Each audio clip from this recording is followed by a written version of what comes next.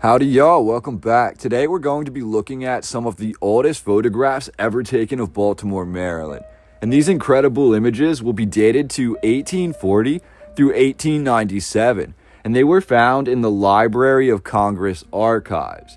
The indigenous history is also rather fascinating because Baltimore was home to several Algonquin-speaking tribes, primarily the Piscataway. However, these indigenous people lived along the rivers and mainly in the Chesapeake Bay. However, the Piscataway were often in conflict with another group that were not Algonquin, but rather Iroquois speaking, and they were known as the Susquehannock. Now, I've talked about the Susquehannock a lot before, and they were the major group of indigenous people that were present not only in Maryland, but also in Virginia, in Pennsylvania, in New York, in major parts of northeastern America. This was dominated by the Susquehannock, as we're told. And the Susquehannock were known not only for their warrior culture, which is described as very eerily similar to ancient Greece and ancient Rome, but the Susquehannock were also known for constructing fortified villages, for massive earthworks, and for earth effigies. Now, the arrival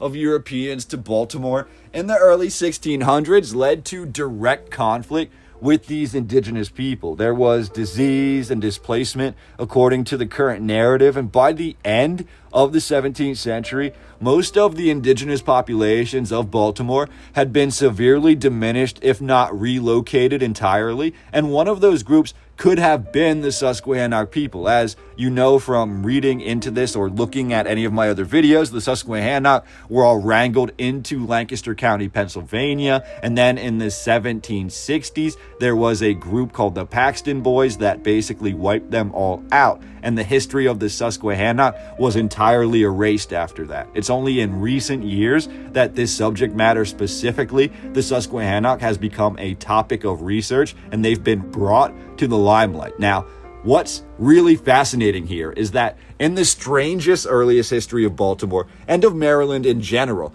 we are told that the entire province of Maryland was filled with Native American burial mounds, and this included in Baltimore. However, these formations in Baltimore, these man-made structures, these burial mounds, were said to have not been properly documented, and as the city of Baltimore developed, we're told basically every single piece of evidence of earthwork in Baltimore was erased. However, we do have rock carvings that still exist in Baltimore, and these carvings are said to allude to the fact that the mound builder culture was present in Maryland for many centuries before the arrival of European settlers. Now, the Susquehannock, as I've just talked about, were described by these earliest explorers in America as unusually tall, robust, having rather light skin or European features like light-colored hair and light-colored eyes. However, the most important detail here is that the Susquehannock were often speculated to be descendants of the mound builder cultures, and these seem to go hand in hand, as the Susquehannock were said to have built epic fortifications, massive earthworks, and they were involved in developing some of the earliest settlements in all of Maryland.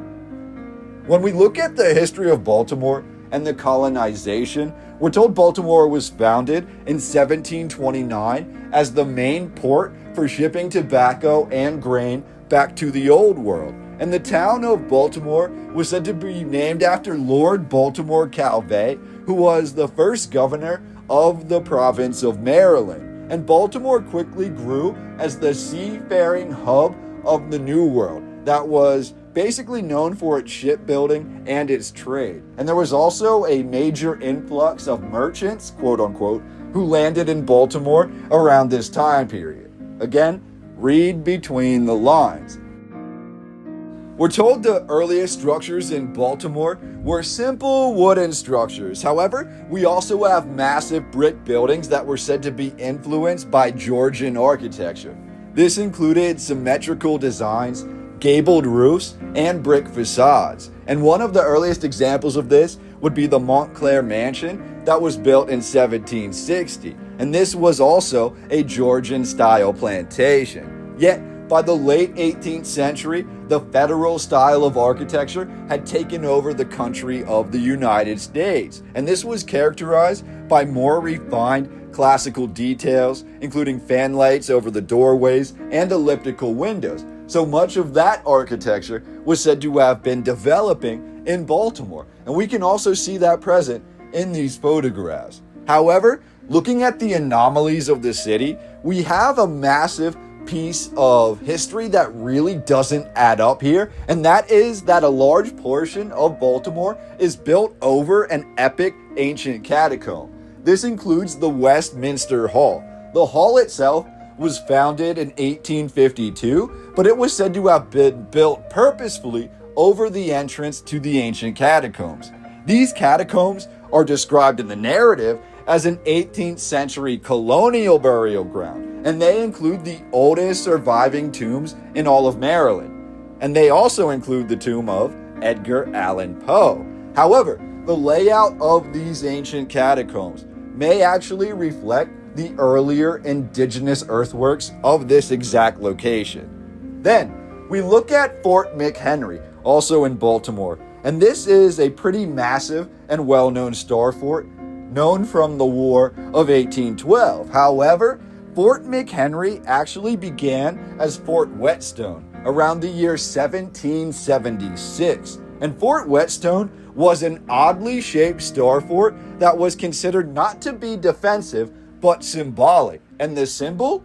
A 5-pointed star.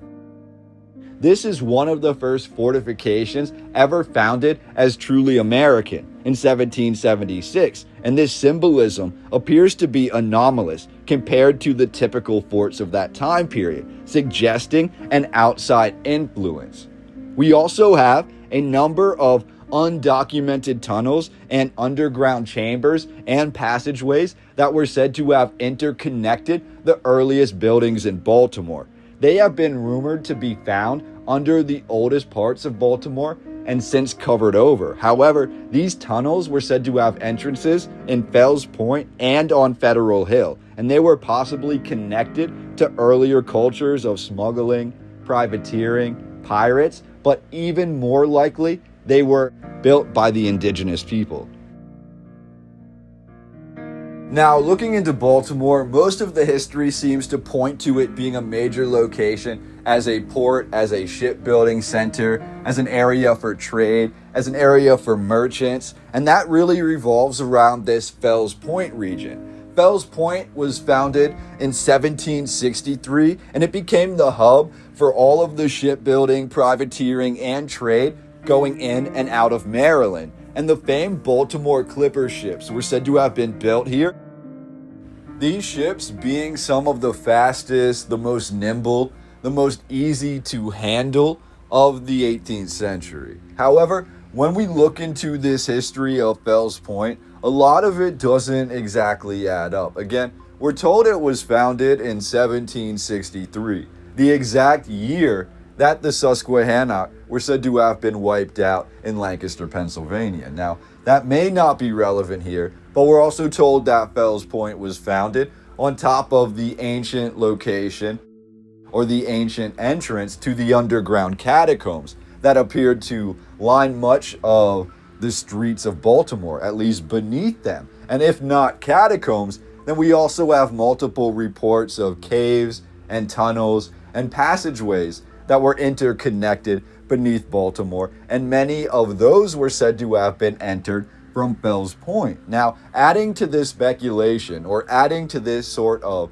theory that we are developing, we are also told that Fells Point, this specific location within Baltimore, was considered to be one of the largest multicultural areas in the United States at this time period, being home to free men from all different cultures, free African Americans, free Indigenous Americans, free men that had come over from Germany and Ireland. We also have a large Italian population, and we're told they didn't live in different parts of the community, but they all lived together on Fells Point in peace. So I found that to be another interesting, if not throwaway, aspect of this narrative. Can we prove any of that? I'm not exactly sure, but it certainly adds to this overall plausible deniability that seems to have been developing within this narrative. If we have a large form of cataclysmic event that may have struck this region, could that have been the reason that we see all of these caves, all of these seemingly buried structures, all of this underground infrastructure that appeared to have been founded here by the indigenous people hundreds of years earlier? Either way, the narrative related to Baltimore is quite a doozy. We don't exactly have a conducive narrative here that we can read through and say, oh, all of this looks exactly as it should be. Again, most narratives have been written that way. They've been told to us in a way where there's not a lot for us to question. And yet, when we actually dive into the anomalies, into the different theories, into the different things that were said to have been founded in Baltimore before being covered over, a lot of it does allude to the fact that Baltimore appears to have been developed for centuries before Europeans actually arrived there. The history of Baltimore is fascinating. From the 16th, 17th, and 18th centuries, and the earliest myths and legends as related to the infrastructure, as related to the tunnel systems, the underground chambers, the indigenous effigies, the indigenous earthworks, and everything else that could be found here. Baltimore was very important to the founding fathers of America, and I think as we dive into these anomalies, we can begin to see why. I believe I'm going to wrap up my narration on the video there, but I would love to hear which part of this video, which piece of the architecture, which building, which photograph, which anomaly has stood out to you the most. Baltimore is honestly one of my favorite cities that I've been to. However, I have not been there since I've begun my research into the old world, and I'd love to go there again to look at the architecture nowadays under the old world lens. I do know that when I did go to Baltimore, I've been there about a handful of times in my life. One thing that stood out to me was the Baltimore Harbor. Even back then, without any knowledge, I was taken aback by the massive factory and the other old world buildings, the brick buildings, the massive masonry that was all throughout the city. Much of Baltimore, at least when I was there about 10 years ago, it still appeared to be very old world in nature, and it's absolutely spectacular. So I would absolutely love to visit Baltimore again, and I plan to do so in the near future. So when I do, I will definitely make a follow-up to this video where we can compare and contrast some of the architecture nowadays to how it looked in the 19th century. And Baltimore in itself is full of mystery. It's full of things that intrigue. It's full of these anomalous details in the narrative that at least stand out to me, and hopefully a few of them stood out to you as well. So I would love to hear what you have to say about the history of Baltimore, the architecture, anything in the comment section down below, and we will talk again on the next video.